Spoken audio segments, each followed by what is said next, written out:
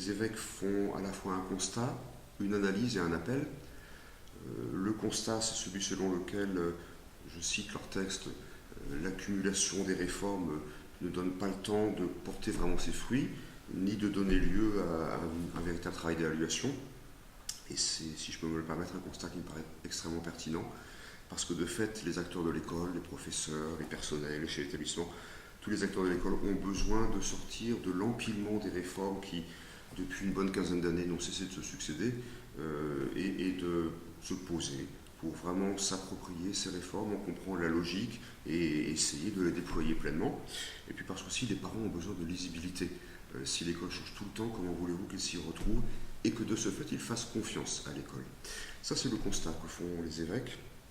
Leur analyse, elle consiste à affirmer de manière très, très forte que la fragilisation du tissu familial fragilise par voie de conséquence l'école et donc la société. Il ne s'agit évidemment pas d'imputer à l'État en tant que tel ou à lui tout seul tous les aspects de cette fragilisation, mais en revanche, et c'est là qu'intervient l'appel, il s'agit d'inviter à une prise de conscience, autant faire se peut suivi des faits, et c'est là que les évêques appellent à un pacte éducatif, à une alliance éducative entre les familles et l'école autour de l'engagement éducatif.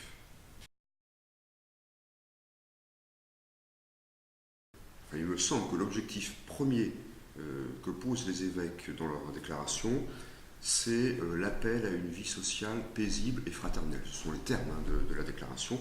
Une vie sociale paisible et plus fraternelle.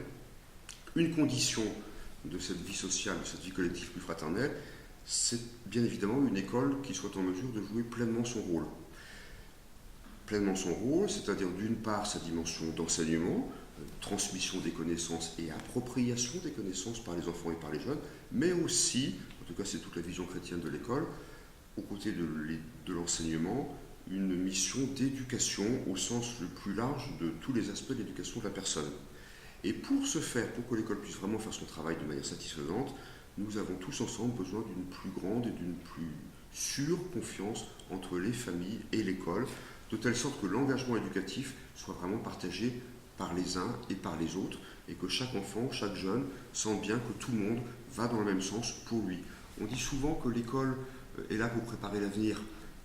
C'est juste, mais ça ne me paraît pas suffisant.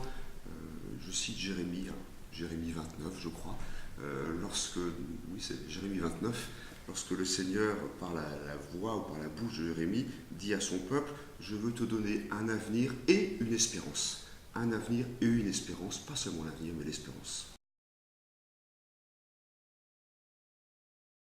C'est vraiment un postulat de notre culture professionnelle collective. On voit bien comment, dans l'enseignement catholique, les parents ne sont pas des consommateurs de l'école, ne sont pas non plus des usagers de l'école, ils sont véritablement des membres à part entière de toutes nos communautés éducatives, avec donc tout ce que cela suppose en termes de capacité à s'exprimer, à participer à la vie de l'établissement dans tous les aspects de cette vie, et c'est vrai à l'échelle de l'établissement comme à l'échelle de toutes nos structures territoriales, diocésaines, régionales, ou bien sûr à l'échelle nationale. À l'instigation et sur la proposition de l'APEL, notre association de parents d'élèves, nous avons, avec l'APEL, rédigé et publié en septembre dernier, en septembre 2015, un document qui s'appelle la Charte éducative de confiance. Elle rappelle précisément à toutes les familles qui arrivent dans l'enseignement catholique, mais aussi à tous les acteurs de l'enseignement catholique, que nous ne pouvons pas faire vivre nos établissements et essayer d'honorer les missions qui nous est confiée sans constamment tricoter cette relation de confiance indispensable entre les familles et le tissu scolaire.